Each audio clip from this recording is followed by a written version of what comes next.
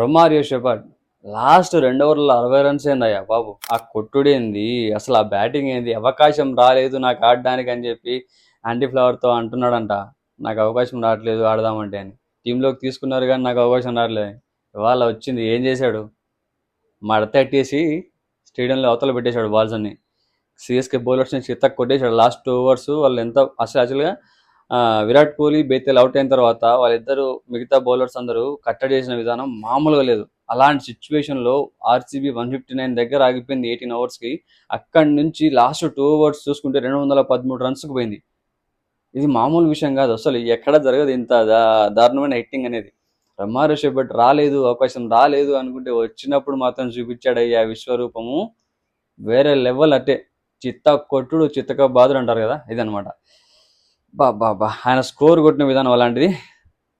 Man of the match, అదే player of the match, super striker, సిక్స్లు.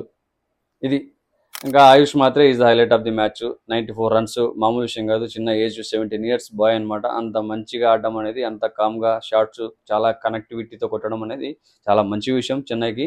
But next season నుంచి కొంచెం తను ఓపెనింగ్గా అలా ఫిక్స్ అయిపోవచ్చు. నెక్స్ట్ సీజన్ నుంచి ఏమైనా అవకాశం ఉంటుంది మంచిగా. ఈ సీజన్ అయితే అయిపోయింది చెన్నైకి, ఇంకా అంత అవకాశం లేదు కాబట్టి. అండ్ బౌలింగ్ విషయానికి వస్తే మనోళ్ళలో హ్యాజల్వుడ్ లేడు, ఇవాళ సాల్ట్ లేడు, బైతెల్ రిప్లేస్ చేశాడు, బాగా ఆడాడు. అండ్ మన లింగ్విసాన్ ఎంగిడి వచ్చాడు. బట్ ఎంగిడి అంత బెటర్ పర్ఫార్మ్ చేయకపోయినా వికెట్స్ ఒకనొక టైంలో, అంటే లాస్ట్ ఓవర్లో వికెట్లు అయితే 2 తీశాడు ఒకటే ఓవర్లో. ఆ టైంలోనే మనకు బ్రేక్ దొరికింది. మన బ్రేవిస్ ది వికెట్ కావచ్చు, ఇంకోటి ముందు వికెట్ కావచ్చు. సో ఈ రెండు.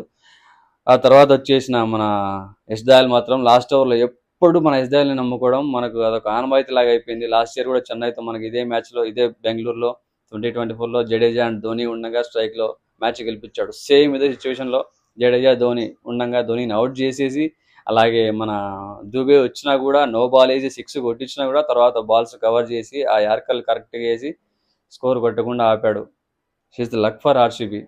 అసలు ఆ కంబ్యాక్ ఒప్పుకోవాలి. టింకు సింగ్ 5 బాల్లకు 5 సిక్స్లు కొట్టిన తర్వాత తన ఓవర్లో అక్కడి నుంచి తనని తను మళ్ళీ రీప్రొడ్యూస్ చేసుకోవడం అనేది మామూలు విషయం కాదు. అంత బాగా ఆర్సీబీ కూడా అవకాశం ఇచ్చింది, తనను తీసుకొని మళ్ళీ రీటైన్ చేసుకొని తన పొటెన్షియాలిటీని వాళ్ళు గుర్తుపెట్టుకొని ఎంకరేజ్ చేయడం అనేది మామూలు విషయం కాదు. సో ఆ ఎంకరేజ్మెంట్కి తగినట్టు తను కూడా ప్రాక్టీస్ చేసుకొని, నోటీస్ చేసుకొని ఎవ్రీథింగ్ ఎక్కడెక్కడ మిస్టేక్స్ ఉన్నాయని ప్రతిదీ మార్క్ చేసుకొని బౌలింగ్ చేయడం అనేది ఒక గొప్ప విషయం.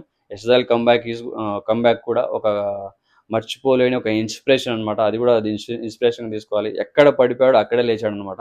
చాలా దారుణంగా పడిపోయాడు తను అక్కడి నుంచి మళ్ళీ లేచి ఇప్పుడు డెత్ ఓవర్స్లో వన్ ఆఫ్ ది మెయిన్ బౌలర్గా అయిపోయాడు ఆర్సీబీకి. డెత్ ఓవర్స్ వేయాలంటే ఇప్పుడు మన ఎస్ఎల్ గుర్తొస్తున్నాడు మనకి, అంత బాగా వేస్తున్నాడు. ఎవ్రీ టైం చెన్నైతో 2 సార్లు కాపాడాడు. చాలాసార్లు లాస్ట్ ఓవర్లో మంచిగా పర్ఫామ్ చేస్తున్నాడు బౌలింగ్ అనమాట. చాలా కట్టడిగా వేస్తున్నాడు బౌలింగ్ కూడా.